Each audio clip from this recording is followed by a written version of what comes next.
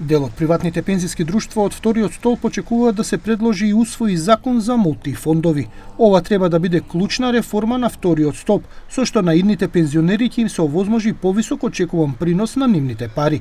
Воведувањето на мултифондови значи дека сите осигуреници автоматски по возраст ќе се распоредат во 3 подфондови. Осигурениците до 40 години ќе влезат во така наречениот растечки фонд, од 40 до 55 во балансираниот и оние над 55 годишна возраст во конзервативен. Со ова ќе треба да се подобри соодносот принос ризик низ целиот работен век. Замислата е средствата од растечкиот фонд да се инвестира во малку поризично портфолио, во балансираниот помалку ризично, а во конзервативниот фонд инвестирањето да биде најригидно, со цел заштита на акумулацијата пред пензија.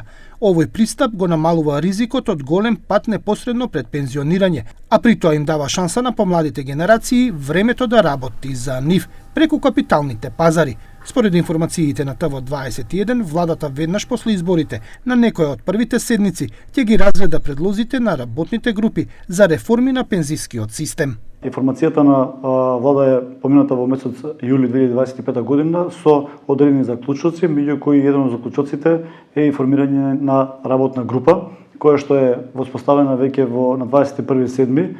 И подпишано решение за именување на членови во работната група од номинираните институции и истата веќе работи активно на подготовка на предлог закон, односно модел, каде што токму овие мултифондови ќе бидат составен дел на идните законски измени.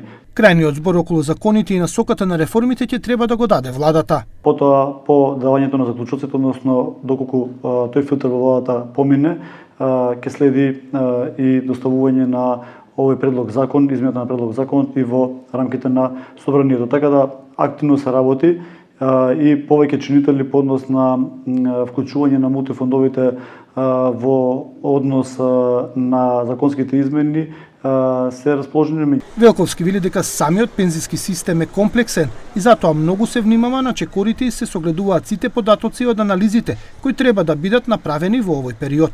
Тој очекува дека за многу брзо време ќе има предлог закон кој ќе биде во собранието на одобрување. Инаку според пресметките, првата поголема исплата од вториот столб ќе почне од јануари 2029 година, а до 2040 бројот на пензионери кои ќе земаат пензија и од првиот и од вториот столб ќе биде 112.000.